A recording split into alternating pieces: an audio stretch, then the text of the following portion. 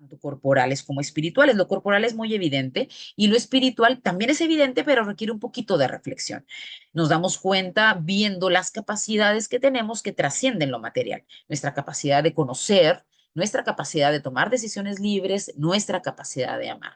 Entonces, estas capacidades son como el signo que muestran que hay una capacidad dentro de nosotros como especie, pero al final nuestro valor no es como especie, justamente por tener espiritualidad, tener esta capacidad de autodeterminarnos a través de nuestras acciones, nuestro valor es personal y por eso la dignidad. Entonces, ahí es un círculo argumentativo bastante bonito. Pero bueno, el punto es que en el reconocimiento de que somos corporales y espirituales, tenemos que también llegar a la conclusión de que la relación que hay entre estos dos elementos que conforman nuestras existencias, de cada uno de nosotros, forman una unidad. Hay diversas aproximaciones filosóficas, no digo que esta sea exclusivamente y sea la única, pero me parece, y en la línea realista, de filosofía realista, es lo que siempre se defiende. Y la verdad es que a través de la experiencia sí resulta muy evidente que es de esa manera. Nos experimentamos como un ser único. Si de repente, qué sé yo, se me cae una bola de boliche en el pie, yo no voy a decir, ah, sí, mi pie experimenta dolor, pero mi mente está intacta, ¿no? Yo puedo seguir haciendo un examen o dando una conferencia. No, me duele el pie y al final yo soy también mi pie. Entonces, cualquier cosa, digamos, de corte más espiritual que pudiera estar haciendo, hablando sobre algún tema, reflexionando, incluso haciendo oración, pues se tiene que suspender porque el dolor en ese momento es tan intenso que no me permite hacer otra cosa. Y en sentido opuesto pasa lo mismo, algo que pase más a nivel espiritual. Si yo tengo un dolor muy fuerte porque falleció mi mamá, mi hermana, alguien muy querido por mí, experimento un duelo, eso se vive a nivel del espíritu. Y eso puede provocar que se me quite el hambre, que se me quite el sueño, y otras múltiples cosas. Entonces, al final nos experimentamos como una unidad. Somos personas y el ser persona significa que somos corporales y que somos espirituales. En ese sentido, mi cuerpo está revestido de dignidad. Mi cuerpo, porque mi cuerpo soy yo, porque yo soy espiritual al final de cuentas. Así que bueno, dicho esto, dicho que el cuerpo es digno, porque toda la persona es digna, esto nos da paso para reflexionar un poquito más cuáles son los alcances de la sexualidad. En primer lugar, la definición. Acá hay mucha confusión porque a veces sí, en algunos ambientes y un tanto reduccionistas, un poco más espontáneamente, si te preguntan qué es la sexualidad, uno tiende a pensar que se refiere a tener relaciones sexuales. Sin embargo, eso es una forma de reduccionismo, evidentemente es una expresión de la sexualidad, pero la sexualidad como tal es algo muchísimo más amplio que abarca a toda la persona, porque si se fijan, la sexualidad se manifiesta en características biológicas, que son un poco las más evidentes, ¿no? Incluso vienen como que desde lo muy fundamental hasta lo más exterior. Lo muy fundamental me refiero a nivel cromosómico, cada una de nuestras células, incluso si le hacemos un cariotipo, que es el que revisa todos los cromosomas de una célula, si le hacemos un cariotipo a una célula de un pelo, de un cabello, me va a decir si es un cabello de un hombre o de una mujer, lo que podría ser, digamos, lo más asexuado, ¿no? Eh, ¿Y por qué me lo va a decir? Bueno, porque cada célula de nuestro cuerpo tiene 23 pares de cromosomas. Y el último par, el par 23, son los cromosomas sexuales, ¿no? Entonces, un cabello de mujer va a tener cromosomas XX y un cabello de hombre va a tener cromosomas XY. Y de ahí, desde lo cromosómico, se expresa después en lo glandular, se expresa también en lo hormonal y finalmente, fenotípicamente, nuestros cuerpos se van haciendo o de varón o de mujer. Pero no solamente la sexualidad se expresa en características biológicas, también se expresa en características psicológicas. Ha habido estudios un poquito que muestran, por ejemplo, la forma de los cerebros, que también podría ser un órgano bastante poco sexuado, pero se ha visto que los cerebros de las mujeres tienen el cuerpo calloso, que es la conexión entre los dos hemisferios más amplia que en el caso de los varones. Algunos dicen que eso justifica el hecho de que las mujeres podemos hacer más fácilmente dos cosas al mismo tiempo y a los hombres les cuesta un poco más. El punto es que la psicología femenina y masculina no es la misma y se han ido viendo diferencias no, que no solamente se reducen a lo cultural, porque algunos dicen, no, pues es que como tú le das muñecas a la niña, pues entonces prefiere las muñecas y como al niño le das carritos, entonces prefiere los carritos y lo asignan más a estereotipos de género que se suelen suele hablar, pero se ha visto que no es tan así. Claro, obviamente que hay estereotipos de género en la sociedad y tenemos que cuestionarnos qué cosas son más culturales, qué cosas son más naturales, eso es así, pero hay cosas que no son tan estereotipo. Les pongo un ejemplo. Se hizo un estudio de bebés recién nacidos, que obviamente no tienen todavía ninguna influencia de patrones culturales. Y estos bebecitos se les ponían enfrente cosas diferentes. Se les ponían carritos, engranajes o rostros humanos. Y se vio que las bebés mujeres prestaban más atención a los rostros humanos y que los bebés varones prestaban más atención a los carritos y a las cosas mecánicas, ¿no? Entonces, es un poco muestra que no solo se trata de estereotipos de género, lo cual no quita que hay mujeres que van a tener más atención hacia los carritos y que va a haber varones que van a tener más atención a los rostros o a personas en sí mismos. Es como la campana de Gauss, ¿no? Ahí no la puedo hacer muy bien, donde en la punta de arriba está como lo más frecuente, claro, a nivel de mujeres y de hombres, lo más frecuente es eso, pero también está quienes se encuentran en los extremos, ¿no? Que siendo mujer tengas preferencia por carritos, siendo hombre tengas preferencia por muñecas, por hacer una reducción del argumento. Pero también hay características sociales, que aquí evidentemente sí se mezcla mucho con lo cultural, también lo psicológico, por cierto, pero en lo social es más evidente. Al final nos relacionamos con otros, desde, en mi caso, desde mi ser mujer. Yo me relaciono no de forma asexuada, por así decirlo, sino que mi vinculación con todo mundo, ¿no? No solamente, obviamente, con mi esposo, si es que estoy casada, sino que con mi familia, con mis amigos, no es que me convierta en otra cosa, siempre mi vinculación viene desde mi naturaleza femenina. Entonces impregna toda nuestra forma de relacionarnos. En ese sentido, el ser humano es 100% sexuado, es decir, no solamente se trata de una característica intrínseca, sino que somos sexuados. Y en este ser sexuados nace de lo biológico, después se deriva a estas otras características, pero no se separa de lo biológico. En ese sentido, existimos hombres y mujeres. Y miren, aquí una frase de la Congregación de la Doctrina de la Fe que habla un poco de esto. La sexualidad caracteriza al hombre y a la mujer, no solo en el plano físico, sino también en el psicológico y espiritual, dejando su impronta en cada una de sus expresiones. No puede reducirse a un puro e insignificante hecho biológico, sino que es un componente fundamental de la personalidad, uno de sus modos de ser, de expresar y de vivir el amor humano. Y vamos a ir hacia allá, ¿no? La primera parte habla de lo que ya les decía, pero también vamos a ir hablando cómo se vincula con el amor.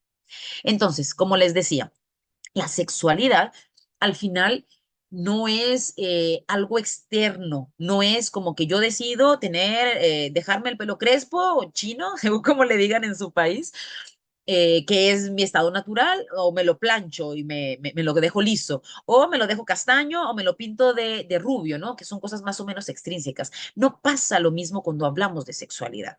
La persona, cada uno de nosotros, nos descubrimos sexuados. Es algo en ese sentido constitutivo, es una perfección transversal. Insisto, no se queda en lo biológico, impregna lo psicológico, impregna lo social, impregna lo espiritual. Finalmente, entonces, la conclusión sería la sexualidad humana es constitutiva de la persona y no es una característica adicional, algo como accidental, sino que es más sustancial. Ahí, no. Muy bien, entonces, en ese sentido, hombres y mujeres somos iguales en esencia y dignidad. Lo que vimos en la primera clase, el día de ayer el énfasis en las mujeres, ya les expliqué cuál es el motivo, pero somos iguales en esencia y dignidad, pero diferentes en manifestaciones, en cómo nos expresamos, en cómo nos vinculamos con el mundo, en cuáles son nuestras preferencias, cuál es nuestra vocación. Pero también coincidimos en que anhelamos amar y ser amados. Y en ese sentido, la sexualidad se vincula a ese anhelo y vamos a ir profundizando en ese sentido. Muy bien. Ahora, dejando ya de lado el contexto general de hablar de la sexualidad como elemento constitutivo de la persona, sí quiero que profundicemos en lo que coloquialmente se suele entender por sexualidad, que es lo que tiene que ver con el acto sexual. Y aquí quiero que hagamos una distinción que a veces se pasa un poquito por alto, sobre todo en la cultura actual en la que vivimos, hipersexualizada, donde se instrumentaliza muchísimo a la mujer, pero ya no solamente a la mujer, sino que en general la sexualidad que percibimos, el estilo de vivir la sexualidad que percibimos en nuestra cultura actual, tiene relación con la trivialización del sexo, ¿no? Con no importa con quién, no importa qué hora, es casi como un elemento de esparcimiento, incluso se ocupa a veces. Entonces, es necesario profundizar en el significado de la sexualidad humana para entender por qué no hay que ir en esta línea, que es un poco lo que culturalmente más se promueve. Lo primero entonces es distinguir que no es lo mismo el instinto sexual que es propio de los animales que la tendencia sexual. Instinto es cuando de manera espontánea actúa sin reflexión. Si una perrita está en celo, todos los perros vecinos se vuelven locos, todos se quieren acercar y a menos de que pongamos algún impedimento para el encuentro sexual, bueno, pongámoslo más en términos biológicos, a menos de que pongamos un impedimento, los dueños de los perritos, en caso de que sean mascotas, ¿no? Si son callejeros, pues no hay ningún impedimento, va a ocurrir naturalmente este coito entre el perro macho y la perrita hembra y naturalmente se va a dar una concepción, porque además el periodo de celo de la perrita coincide con su fertilidad. Entonces está pensado este encuentro sexual en los animales para la preservación de la especie y es exclusivo, insisto, entonces de estos periodos de celo. Entonces ocurre algo. En este caso, la perrita se le despierta el celo, contesta el macho también a esa, digamos, invitación, por decirlo de alguna manera, se da el encuentro, se produce la concepción. Ocurre de manera espontánea y naturalmente acaba en un acto. Esto es bien importante. En cambio, en el ser humano se habla de tendencia sexual, que se refiere que es que su consecuencia no es una acción concreta. Fíjense, aquí está la diferencia más importante. En la tendencia humana no significa que necesariamente tenga que terminar en un acto sexual, sino que la persona le comienza a pasar algo sin iniciativa propia. Finalmente esa es la tendencia. De repente te empieza a gustar alguien, ¿no? Se ve mucho en la adolescencia, en la juventud, donde la tendencia sexual es muy fuerte porque está vinculado al tema hormonal, que también es muy intenso en ese periodo de la vida y que después va disminuyendo, ¿no? Incluso cuando son niños tampoco está esa tendencia sexual. Ocurre sobre todo en ese periodo de la juventud. El punto es que se te despierta algo sin iniciativa propia. Eso es como lo propio de la tendencia. Pero como a diferencia de los animales, los seres humanos somos libres, decidimos qué hacer frente a eso que me ocurre. Yo siempre les hago la broma a mis estudiantes universitarios y les digo, miren, si de repente te empieza a gustar el novio de tu mejor amiga, no tienes que hacer nada. ¿No? Puedes sencillamente decir, oye, no, aquí no va a pasar nada más porque es el novio de mi mejor amiga. Si en algún momento cortan, yo le comento a mi amiga, oye, estoy interesada, ¿cómo ves? ¿Tendrías algún inconveniente? Y mi amiga no tiene ningún inconveniente, podrías empezar algún tipo de relación de pareja con esta persona. El punto es que no estás obligado, obligada a actuar en determinado sentido. La tendencia solo ocurre, significa que ocurre algo sin iniciativa propia, pero no que te obligue a actuar en determinada línea. Está la libertad. Finalmente, la libertad del ser humano, decíamos, está profundamente vinculada a nuestra autodeterminación, a construir mi identidad y la persona en la que me he convertido, pero también reflexiono en la que me quiero convertir. En el fondo es un proceso constante, constantemente estoy decidiendo quién quiero ser, constantemente estoy orientando eh, mi capacidad de libre albedrío hacia el punto que yo quiero ir. Y, bueno, debería ser así, ¿no? Hay personas que viven de forma acrítica, ¿no? Sin reflexión, pero bueno. Entonces, en ese proceso de discernir libre, obviamente están todos los elementos que conforman mi persona. La sexualidad no queda exenta en este sentido, de este proceso de discernimiento y de actuar libre. Obviamente que mis decisiones en el ámbito de la sexualidad también pasan por la libertad. Muy bien, entonces, la tendencia sexual en el caso del ser humano, acuérdense, animales era instinto, cuando hablamos de tendencia sexual siempre es humana, la tendencia sexual naturalmente se dirige a un ser humano concreto, no en general, o al menos así debiese ser. Insisto, toda la tergiversación cultural que vivimos actualmente y que como la sexualidad se educa, lo vamos a retomar al final, eh, si no se nos educa para saber que la sexualidad tiene un enorme valor, que está vinculada al amor entre personas, entonces puedo tener absolutamente disgregada mi tendencia sexual y para nada educada a la luz de lo auténticamente humano, ¿no? Pero naturalmente debiese estar orientado a un ser humano concreto. Por eso la invitación siempre al matrimonio para toda la vida, está, se fundamenta en este hecho.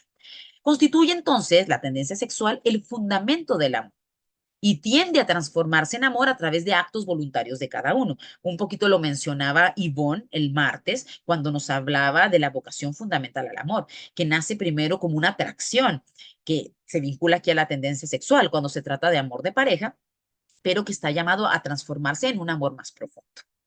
Nunca se puede hacer uso de la impulsión sexual si no es en el amor a una persona. Hacerlo comportaría una instrumentalización, tanto del otro como de mí. A veces no se percibe esta realidad, pero si yo tengo un encuentro sexual instrumentalizado, y esto siempre ocurre cuando no es en el contexto del amor, este encuentro instrumentalizado no solamente instrumentaliza al otro, me instrumentaliza a mí, porque al final uso, comillas, de mi cuerpo únicamente para el placer. Entonces nos instrumentalizamos mutuamente y nos instrumentalizamos a nosotros mismos.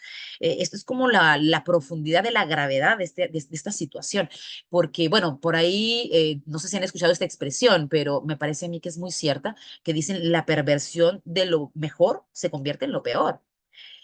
Cuando, no sé, por poner un ejemplo trivial, una mesa fue diseñada para poner cosas, para comer y demás. Si yo no ocupo una mesa para eso, sino que me siento sobre ella, estoy, digamos, tergiversando su naturaleza. Pero es algo muy superficial porque es un objeto, es simplemente una mesa. Entonces, que yo me siente en ella, pues realmente no pasa nada. Aunque efectivamente no fue diseñada para que se sienten, para eso son las sillas, ¿no? Pero no pasa nada. En cambio, cuando hablamos de la sexualidad humana, vamos a ir profundizando en su... Ay, me siguen escuchando, ¿verdad? Me apareció algo de Zoom. Bueno, pero ahí levántenme el pulgar, que todo siga bien. Muy bien, sigo entonces. ¿Quién sabe qué me decía Zoom? Bueno, ya me distraje un poco, así que sigamos avanzando. Entonces, la prevención de lo mejor se convierte en lo peor y por eso desintegrar la sexualidad humana y no ocuparla en el amor a una persona puede llevarme a las peores perversiones y pues sabemos de ello, ¿no? Ocurre efectivamente así. Entonces, cuando vamos a interpretar la vivencia de la sexualidad humana, tenemos que evitar dos extremos. Fíjense, acá nosotros somos muy conscientes del extremo que está vinculado al utilitarismo. Y yo el miércoles les hablaba del utilitarismo, ¿se acuerdan? Decíamos que es una corriente ética que surge en el contexto donde lo que más estaba, digamos, de moda era creer que las únicas consideradas ciencias eran las ciencias exactas, las humanidades en realidad no se consideraban ciencia y bueno, el utilitarismo surge como un intento de una ética científica. Y en este caso, ellos consideraron que para que fuera científica, es decir, medible, vincularon la felicidad a la placer. Y entonces una acción iba a ser buena en la medida que produciera placer para la mayor cantidad de personas. Eso les contaba el día miércoles. Bueno, cuando llevamos esto al ámbito de la sexualidad, se ve claramente que se produce esta tergiversación de la naturaleza de la sexualidad humana, en donde se ocupa meramente para el placer, porque así es como lo marca el utilitarismo, ¿no? Entonces, esa sería un extremo, quedarnos únicamente con lo físico, quedarnos únicamente con la sexualidad orientada al placer, y entonces eso nos lleva a instrumentalizar a nosotros mismos y a los demás. Ese es un extremo que hay que evitar. Pero otro extremo del que no siempre somos conscientes es el opuesto, cuando se considera que todo lo que tiene que ver con el ejercicio de la sexualidad es netamente malo. Vemos corrientes cristianas como el puritanismo, que ahora ya no es tan famoso, que un poco empujan en ese sentido. Se escuchan historias de que también en la Edad Media el catolicismo era un poco así. Yo no sé si ustedes han escuchado esta historia, yo lo he escuchado por ahí, no me consta, no soy historiadora, y obviamente tampoco me consta ya porque tampoco viví en la Edad Media, pero he escuchado que decían que en la Edad Media se les recomendaba a los matrimonios tener relaciones sexuales con una sábana con un hoyito. ¿Han escuchado ustedes eso? Suena a una tontería, pero a la vez suena realista considerando esta interpretación puritana de la sexualidad. Es como que con una sábana para que ojalá no experimenten placer a la hora de tener relaciones sexuales, pero igual como hay que garantizar la preservación de la especie, como está el llamado divino a crecer y multiplicados, entonces, bueno, la sábana con el hoyito. Suena terrible y lo es, porque es una interpretación puritana. Finalmente, el justo medio, cuando queremos entender la sexualidad humana, está evitando ambos extremos. El placer no es el único.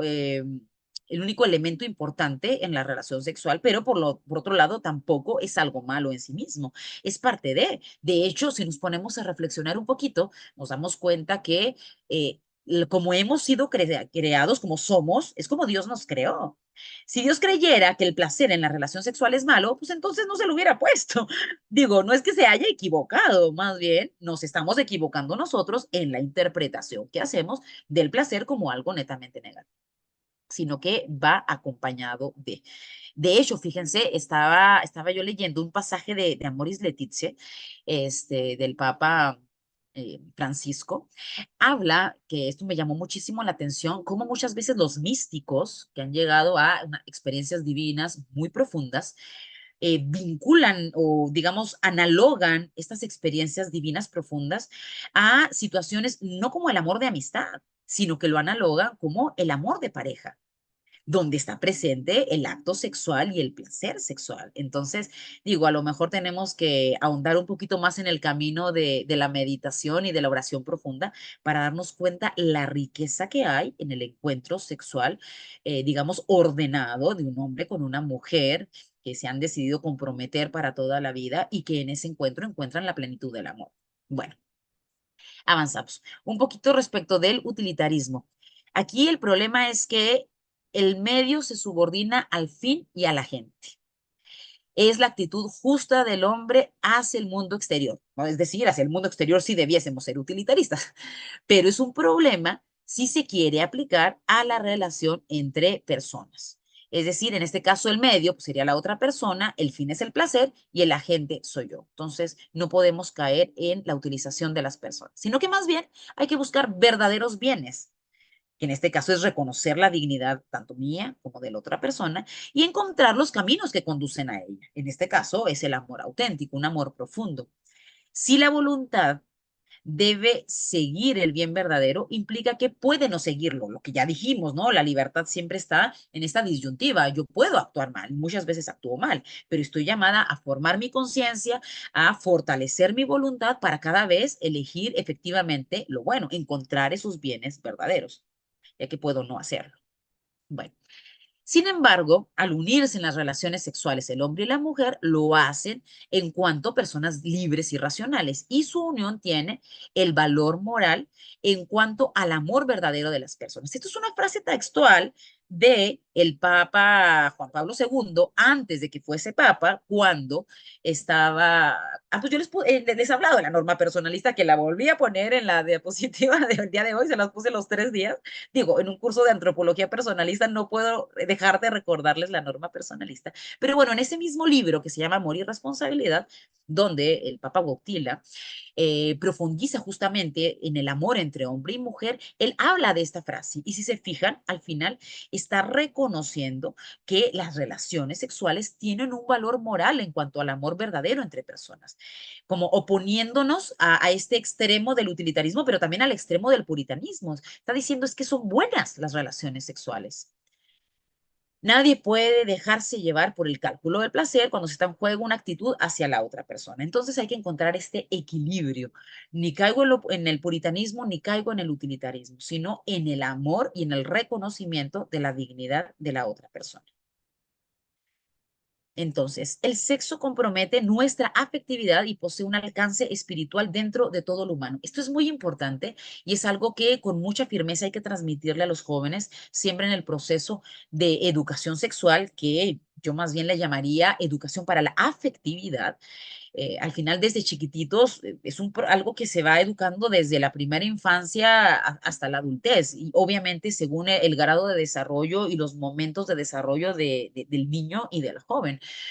Pero hay que enseñarles la protección de su propio cuerpo, hay que enseñarles la intimidad, hay que enseñarles el pudor, pero finalmente deben de entender que la sexualidad tiene un alcance espiritual que impacta en toda la persona. Y eso se fundamenta en lo que hablamos al principio hoy en la clase sobre dignidad. Somos una unidad. No es que soy en mi cuerpo para acá y mi espíritu para allá, soy yo, que soy una unidad. Entonces, cuando tengo relaciones sexuales, pues no es que mi cuerpo tenga relaciones sexuales, soy yo. Se compromete toda mi persona, mi afectividad y tiene obviamente alcances espirituales. El ser humano percibe su sexualidad como una realidad íntima, como una profundidad de nuestro ser con normas y fines particulares en comparación al resto de en comparación al resto de nuestra fisiología. Es decir, no es lo mismo cuando yo me siento a comer. Yo puedo comer en mi casa, puedo comer con amigos, puedo comer incluso en el patio de comidas de un mall. Es una actividad evidentemente humana, pero muy distinta. Un poco quiero hacer este contraste. Cuando hablamos de sexualidad, lo percibimos como algo completamente íntimo, completamente privado. Por eso no es algo que, no es una actividad que se practique en público, es algo que se hace de forma privada uno con una, ¿no? Pero entonces hay que entender que esta dimensión que es absolutamente íntima, también tiene sus ciertas normas y sus ciertos fines que nacen de la reflexión, de entender cuál es la naturaleza que tenemos como personas humanas. Entonces, miren, esto también me parece muy interesante de compartírselos, porque distinguía hace un rato atrás la diferencia entre instinto sexual y tendencia sexual. Decíamos el instinto es de los animales, les expliqué este proceso de celo de la perrita, etcétera. Pero ¿qué pasa con los seres humanos? Aquí pasa algo que llama la atención para una reflexión antropológica. ¿En qué sentido? Como las etapas del acto sexual son deseo, excitación, orgasmo y resolución. Pero ocurre que hay un desfase en las curvas de excitación del hombre y de la mujer, que es algo bastante conocido, ¿no? Que el hombre tiene de ser más rápido, se excita más rápido, llega más rápido al orgasmo y también a la resolución. En cambio, las mujeres tendemos a ser más lentas, que son como estas dos curvas que yo les pongo. La que está más reducida correspondería al hombre, la que está más amplia correspondería a la mujer. ¿Y por qué les digo que hay un llamado antropológico de esto? Porque ya decía yo, ¿no? Si Dios nos creó con la sexualidad vinculada a la procreación y vinculada al placer, fue porque así lo quiso crear. No fue un accidente ni fue un error. Nada de lo que Dios ha creado es un error, y menos nosotros que fuimos creados de forma personalísima, no solamente como especie, sino que la decisión de crear una persona es una decisión personalísima de Dios. Entonces, en este proceso, ¿por qué se da este desfase en las curvas? Bueno, la reflexión antropológica nos dice, pues es que porque debemos ir más allá de lo meramente biológico y se tiene que profundizar en el encuentro personal. ¿Qué significa esto? Que si hay un auténtico amor entre las personas, buscamos encontrar ese encuentro pleno. Eh, si el varón sabe que es un poco más rápido, bueno, se preocupa de que su esposa vaya junto con él en este proceso de las relaciones sexuales, de envolverla con ternura, si sabe que la mujer no es tanto lo físico, sino que es más lo afectivo, y estuvo este proceso de conocerse mutuamente y de llegar a la plenitud en este acto que por sí mismo es bueno, que era lo que ya les venía insistiendo. Entonces, recordando, les decía, la norma personalista, si algo no se les va a olvidar de este curso, espero, es la norma personalista que, insisto, fue acuñada por Papa Juan Pablo II, siendo todavía sacerdote, Wojtyla, en el año 1979, en el libro llamado Amor y Responsabilidad. Y dice, la persona es un bien tal que solo el amor puede dictar una actitud apropiada y valedera respecto de ella, y yo les hacía algunas bajadas de esta norma.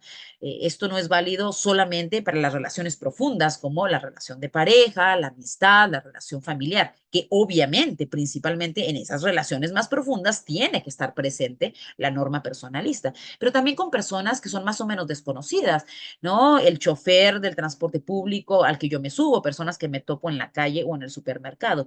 ¿Qué sería respetar la norma personalista en mi relación con ese tipo de personas? Pues el respeto, y un poco lo que ya les había dicho. Pero cuando hablamos en el ámbito de lo sexual, aplica la misma norma personalista, porque implica todo lo humano. Entonces, la única actitud apropiada y valedera es el amor, lo que ya venimos diciendo. Muy bien. Entonces, la justa actitud respecto del valor de la persona es la afirmación. Finalmente, amar a alguien es afirmarlo, es decirle, es bueno que existas, eres bueno en ti mismo, independientemente de que seas rico, pobre, guapo, feo, simpático o medio pesado. Esas cosas son como posteriores. El amor es una virtud y no solamente un sentimiento. Esto es importante, y esto tiene un impacto importante en la relación de pareja y en la vivencia de la sexualidad. porque también a nivel cultural tendemos a pensar que el amor es fundamentalmente un sentimiento, es algo muy difundido y sí es un sentimiento, pero no lo es exclusivamente. Obviamente, cuando se inicia una relación de pareja, pues se inicia por esa atracción mutua. Evidentemente, siempre parte por ahí, pero no nos podemos quedar ahí. Hay que profundizar en el amor. Bueno, la atracción todavía no es amor. Podríamos decir que es amor. Ahorita vamos a ver las siguientes diapositivas. Creo que es la siguiente. A ver, déjenme ver. Sí, de una vez empiezo. El amor de concupiscencia se vincula más a este tipo de situación inicial que tiene que ver con la atracción, en donde al final se limita a reconocer que no me basto a mí misma, que encuentro mayor plenitud en el encuentro con los otros, en generar comunidades y más aún encontrarme con un otro especial y único con el cual podamos compartir todo, un proyecto de vida, el tiempo, hacernos viejitos juntos, tener encuentro sexual que eventualmente puede generar la existencia de un nuevo ser humano que sería nuestro hijo y que es muy bonito porque a nivel biológico, efectivamente, los hijos son la mezcla de lo que biológicamente son ambos padres. Entonces, digamos que es una concreción muy hermosa de lo que el amor anhela.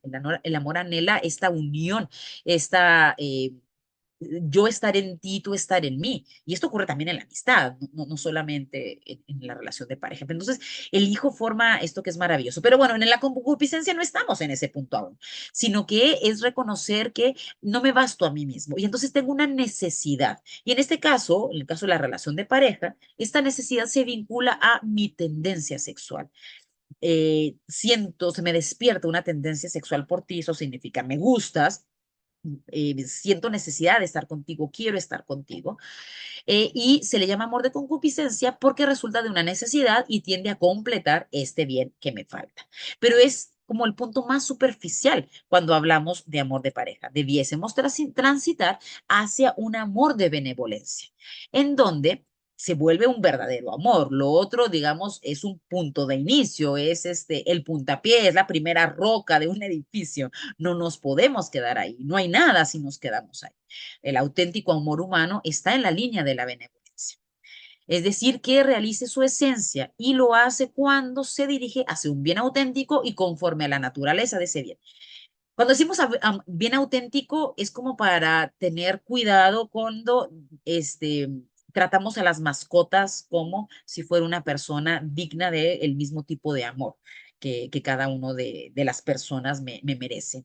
No, y digo, no estoy diciendo que maltratemos a los animales o que no queramos a nuestras mascotas, pero son niveles diferentes. Ahí tenemos que tener como este discernimiento. Entonces, un bien auténtico, en este caso son personas, y conforme a la naturaleza de ese bien, es decir, respetando su dignidad, nunca ocupándolo de forma utilitarista.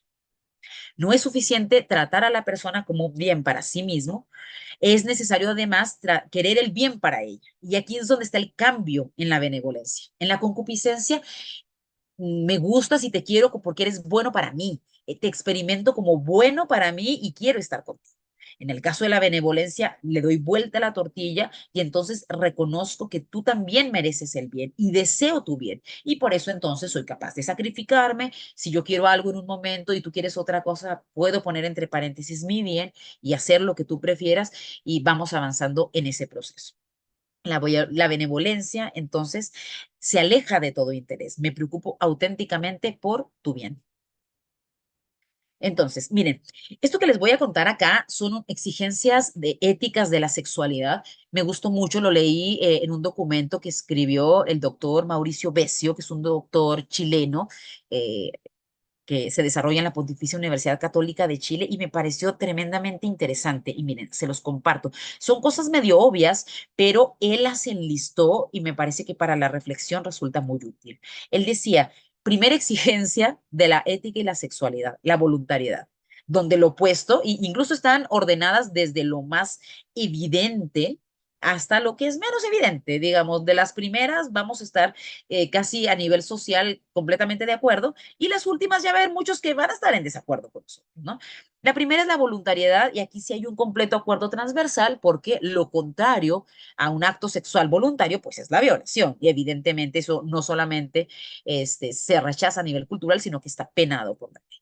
El segundo, la privacidad. Ya un poco yo se los había contado, ¿no?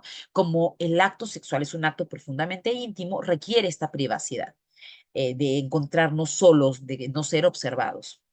Tercero, la afectividad. O sea, nos queremos, nos gustamos en un primer lugar, pero transita de algo meramente físico a algo más afectivo. En cuarto lugar, la donación. Es donde ya pasamos a este amor de benevolencia y ya no solamente soy capaz de apreciarte como bueno para mí, sino que también deseo tu propio bien. Y en ese sentido, busco donarme a través de diferentes actos. Aquí ya se va configurando el amor, si se fijan. El quinto, la permanencia en el tiempo, que obviamente tiene que ver pues, con esta indisolubilidad del matrimonio. Al final, sí, el encuentro sexual es uno con una, porque yo abro por completo mi intimidad en un plano en donde no se lo abro a otras personas, pues entonces el llamado es que sea uno con una para toda la vida. Porque yo no puedo decir que te entrego algo absolutamente único, absolutamente personal, y después digo, no, es que ya no, ya me cansé de ti, listo, vamos con el siguiente. Entonces, a lo mejor no era tan único, o a lo mejor sí es muy único, pero te estoy tratando a ti y especialmente a mí como si fuera algo trivial, siendo que no lo es. Y se vuelve ahí, digamos, una contradicción entre el lenguaje corporal que me dice, que me tiene, que está impregnado de ciertos significados con lo que ocurre en la realidad. El encuentro sexual, su lenguaje es nos encontramos íntima y plenamente, yo contigo y tú conmigo, y debiese ser algo exclusivo. Por eso la invitación a esperarse el matrimonio, la invitación a la permanencia en el tiempo a través de la indisolubilidad, digamos, no es solamente una norma de fe, tiene que ver con las exigencias antropológicas del amor humano. Y finalmente la apertura a la vida, que también, que es un poco la más rechazada, ¿no? Muchas personas se casan por la iglesia y sí, exclusividad, pero no quieren tener hijos. Y esto es cerrarse no solamente a un fin natural, de la relación sexual, lo vamos a ver un poquito en las siguientes diapositivas, sino que también es como limitar el amor, porque el amor naturalmente tiende a expandirse. Cuando yo amo a alguien, deseo esa fusión. Y insisto, esto también se vive en la familia y esto también se vive con los amigos, pero en la relación de pareja es sumamente profundo. O sea, yo quiero estar contigo. Y cuando la afectividad está muy intensa, este deseo de estar juntos, fusionarnos, y no digo estar teniendo relaciones sexuales, sino el abrazo, el estar juntos, el dormir abrazados, tiene que ver con este deseo de compenetración. Y la apertura a la vida implica que este deseo de compenetración finalmente se cristaliza y se concretiza en una personita nueva, que es igual de digna que los padres, que también fue llamada a la vida por Dios, que también tiene un alma espiritual y una vocación para la eternidad. Entonces, la verdad es que es precioso y no siempre logramos percibir su profundidad. Entonces, ejercer los actos sexuales solo para satisfacer un impulso de apareamiento no es propio del sujeto humano. Ejercerlo solo, intentando satisfacer un anhelo de plenitud individual, es insuficiente y a la larga decepcionante. Ejercerlos buscando la plenitud del otro, incluyendo el deseo o la aceptación de recibir generosamente un hijo, es el objeto de la sexualidad del hombre y de la mujer. Y es allí donde sí es posible que cada uno de ellos alcance la felicidad sexual que merece. Muy bien. Ahora sí lo que les decía de los significados. Esto está en muchos documentos del magisterio de la iglesia. Incluso antes se hablaba de fines, pero ya más recientemente se habla de significados del acto sexual, que son la unión y la procreación. Y que está vinculado con lo que les decía en la diapositiva anterior. La unión pensando en esta parte afectiva, esta parte sexual y corporal de deseo de compenetración con el otro. Y la procreación, esta apertura a la vida que es como coronación del anhelo profundo de unión que viene junto con el impulso sexual y junto con lo que significa este deseo de construir un matrimonio. Conciencia de la posibilidad de ser padre-madre hace que la unión entre el hombre y la mujer tenga pleno valor de personas, posibilidad siempre latente de tener un hijo. Sin esta actitud interna, las relaciones sexuales no son dignas de las personas. Y aquí, igual que cuando les hablaba de puritanismo y utilitarismo como dos extremos que niegan la auténtica interpretación de la sexualidad humana, aquí también tenemos extremos. Tenemos, que es lo más frecuente, la unión sin procreación que es un poco lo que mucho se vive a la luz del utilitarismo y que actualmente se promueve y que se vive mucho en la juventud, donde relaciones sexuales solo por el placer, cambiar de pareja con mucha facilidad y demás. Pero por otro lado, también la procreación por la procreación. Todo el desarrollo de las técnicas de fecundación in vitro nos hablan de eso. Y dices tú, ay, bueno, esto es un tema bien largo. Si quieren en las preguntas lo podemos profundizar un poquito más, pero al final acceder a técnicas de fecundación in vitro, no solo está el tema de generar embriones, que finalmente muchos fallecen, entonces termina siendo un asesinato imperceptible, ¿no? Porque son embriones muy pequeños, pero sobre todo es este switch de cambio. Cuando un matrimonio tiene relaciones sexuales abiertas a la vida, con el anhelo y la esperanza de concebir un hijo, ojalá sano, que es un anhelo profundo del corazón, finalmente es como en la apertura, ya finalmente Dios es el que confirma eso a través de la concepción o no. Y obviamente hay leyes naturales de la procreación que están ahí adentro, también creadas por Dios. Pero cuando lo llevamos a la fecundación in vitro, es como abrogarme un derecho a ser madre. Es como, no me resulta de forma natural, no importa, yo lo voy a imponer. Y entonces el hijo ya no se recibe como un don, y toda persona humana debe recibirse como un don. Nuestra dignidad nos llama que todos somos dones para nosotros mismos y para los demás. Y ir a la fecundación in vitro es como transformar esto y cambiar esta lógica hacia la lógica de producción, hacia la lógica de qué tanto se logra o no se logra la concepción. Ya no es un don que se recibe, es un producto que se genera. Bueno, ya voy yéndome hacia lo final. Entonces, la sexualidad debe integrarse al amor. Es un poco lo que he tratado de fundamentarles todo este rato. En el sentido fuerte y radical de la palabra, el don más alto y comprometido de sí mismo, como una elección, una fidelidad, una rotunda afirmación del otro, un rotundo decir, es bueno que existas.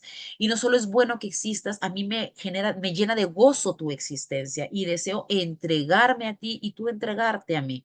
De manera que como dicen, ¿no? Ya no son dos, sino que son uno.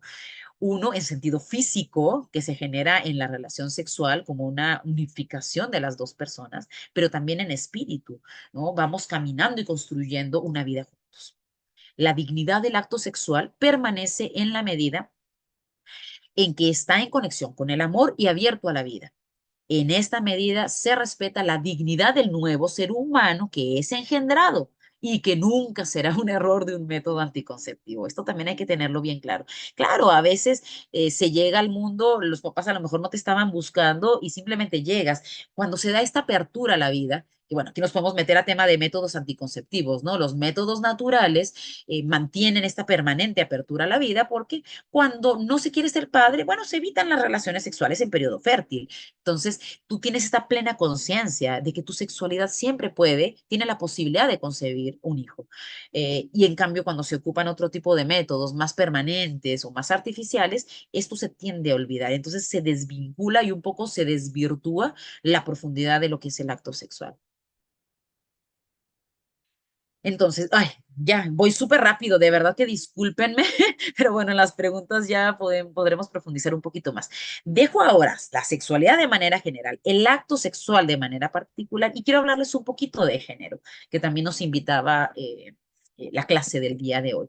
A veces hay interpretaciones al interior del catolicismo que ven el género como algo netamente malo y como 100% ideología, como viene aquí en el punto número 3. Sin embargo, hay que distinguir porque no todo es ideología. De hecho, podemos distinguir tres niveles cuando hablamos de género. El género como hecho, que es un poco en lo que quiero profundizar y que entiendan el día de hoy. Las teorías de género, que simplemente se refiere a la reflexión filosófica de lo que es la sexualidad y lo que es el género y que al día de hoy da para todo.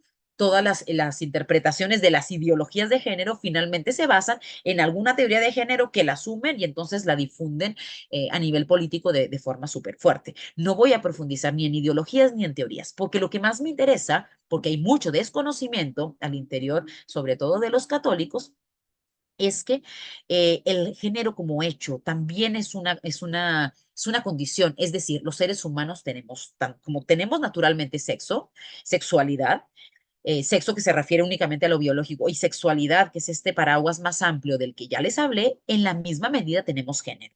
Pero entonces, ¿a qué se refiere el género como hecho en este sentido? Se refiere a lo diferente. Perdón, a lo siguiente. Se refiere a la dimensión sociocultural e histórica de la sexualidad. ¿Qué quiere decir esto? Quiere decir, los seres humanos somos libres y en esta libertad conocemos y tomamos decisiones. En esta capacidad hacemos ciencia y hacemos cultura. En ese sentido, cómo se despliega la sexualidad en cada etapa de la historia no siempre es la misma, porque está vinculada a las expresiones culturales. Naturalmente, los seres humanos, por nuestra forma de ser, por nuestras características naturales, generamos culturas y culturas diferentes. Entonces, la sexualidad es lo que ya les expliqué, todas estas dimensiones. Vamos a avanzar después de esto, les voy a explicar un poquito de la educación de la sexualidad, pero también es cierto que la sexualidad se expresa de diferentes maneras en diferentes culturas. Entonces, miren, esta es una frase textual de un texto del 2019 de la Congregación para la Educación Católica y resume tal cual el concepto de género para que no vean que yo me lo estoy inventando. El género, en cambio, es el modo en el cual se vive en cada cultura la diferencia de los sexos. Lo que acabo de decir, pero ahora no lo digo yo, lo dice la Congregación para la Educación Católica. Y las imágenes que yo les presento en esta diapositiva es un poco para que podamos visualizar este punto a través de un ejemplo, en este caso, el ejemplo de la ropa. En la parte inferior de la pantalla vemos una imagen de la película La Pasión de Cristo, donde está Jesús abrazando a María. Yo creo que todos hemos visto esa película y aunque es una película súper cruenta, esta parte inicial y particularmente ese encuentro con María es muy tierno, no sé si se acuerdan. María llama a Jesús a comer, él estaba trabajando en una mesa, por eso tiene así como no trae su túnica, sino que trae ropa de trabajo, y en algún momento él la abraza y le da un beso. Bueno, también tiene que ver con expresión de la sexualidad, ¿no? Porque Jesús se desarrolla como varón según su cultura y María también. A lo que yo quiero ir es a que observen la vestimenta. Jesús en su vida ocupó un pantalón, porque en su época no se ocupaban, ¿no? Y nos parece muy natural, todas las películas del tiempo de Jesús, ver a estos hombres con estas enormes túnicas, pero no tiene nada que ver con nuestra cultura occidental actual. Pero nosotros creemos en Jesús y Jesús jamás se puso un pantalón. Luego, al centro, tenemos mujeres con burka, donde no se ve absolutamente nada. Es parte de la cultura. Podemos incluso juzgar y cuestionar algunos elementos culturales. De hecho, lo cultural no todo es bueno. Eso viene en la siguiente diapositiva. Pero bueno, aquí es un poco para mostrarles cómo y las aproximaciones en las diferentes culturas y en las diferentes épocas a partir de la ropa se manifiesta en cada cultura cómo se espera que se vista un hombre, cómo se espera que se vista una mujer. Entonces, si eso se transforma, no importa, son cosas culturales. Claro que hay ciertos límites, ¿no? Que tienen que ver con el pudor y bueno, en la parte izquierda podemos observar a mujeres como nosotras del siglo XXI, mujeres occidentales que ocupan en su mayoría jeans y cualquier playera, ¿no? En la parte derecha superior tenemos a un escocés, ¿no? Que diríamos, un hombre con falda. Bueno, para ellos no es algo femenino, es algo profundamente masculino y creo que le llaman kir, que siempre se me olvida el nombre. Pero entonces es para mostrar cómo elementos que en unas culturas son profundamente femeninos, sería una falda, en otras culturas son profundamente masculinos. Como en nuestra cultura se cree, esperamos que los hombres ocupen siempre pantalón, pero Jesús nunca ocupó uno. Entonces, para mostrar que las expresiones culturales del género varían. Entonces, en ese sentido, y esto siempre me gusta invitarlos a la reflexión, pero les voy a dar la conclusión. En este sentido, nacemos y nos hacemos. ¿Qué significa eso? Nacemos con un cierto sexo, ya nuestros cromosomas están dados, el tema hormonal son cosas que no controlamos nosotros, están dados, pero a la vez tenemos nuestra naturaleza como tarea. ¿Por qué? Porque somos libres. En el fondo, nuestra libertad nos autodetermina. Yo les decía eso al principio. No nos autodetermina de la nada. En eso no había yo incurrido las clases anteriores, porque yo no puedo cambiar el hecho de que soy mujer. Eso es constitutivo y está ahí. Pero eso no significa que mi proceso de desarrollo me va a llevar a identificarme como mujer, porque eso ya tiene que ver con la psicología. El debería está ahí. debe haber un continuo donde lo que biológicamente eres, te identifiques biológicamente por eso y naturalmente te surja una atracción por el sexo opuesto. Pero ¿por qué no siempre ocurre así? Porque somos educables, porque no es automático. Ya la conformación, digamos, más cultural, más de libertad de lo que es la sexualidad y el género, viene vinculado a la educación y a la cultura. Y eso pues, nos deja, digamos, un cierto ámbito, comillas, de peligrosidad que puede hacer que no necesariamente las personas se identifiquen con lo que son. Y pues, insisto, eso es un peligro y algo que está ocurriendo mucho en nuestra cultura actual. Entonces tenemos nuestra naturaleza como tarea, donde nuestra sexualidad es constitutivo de mi persona, pero también el género es expresión de mi espiritualidad. Esto siempre es como, ¡pah! ¿No? Te estalla la cabeza. ¿Cómo que el género es expresión de la espiritualidad? Sí, porque la espiritualidad es la que se despliega a través de mi inteligencia y de mi libertad. Y finalmente el género es esto, es tomar la sexualidad, que es algo dado y natural, cómo se vivencia en las diferentes culturas y cómo se debiese desplegar a través de mi libertad. Los animales no tienen género, por cierto, pero que no se nos olvide que no todo lo cultural es bueno. Hay expresiones culturales que son malas. Hubo mucho sacrificio humano en las culturas precolombinas.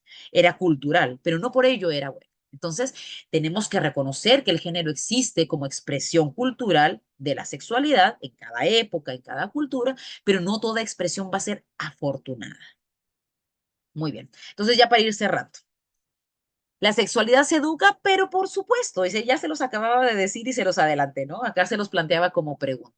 Por supuesto que se educa. De hecho, la educación es un derecho humano. Y es un derecho humano porque nuestra naturaleza es en sí misma educable.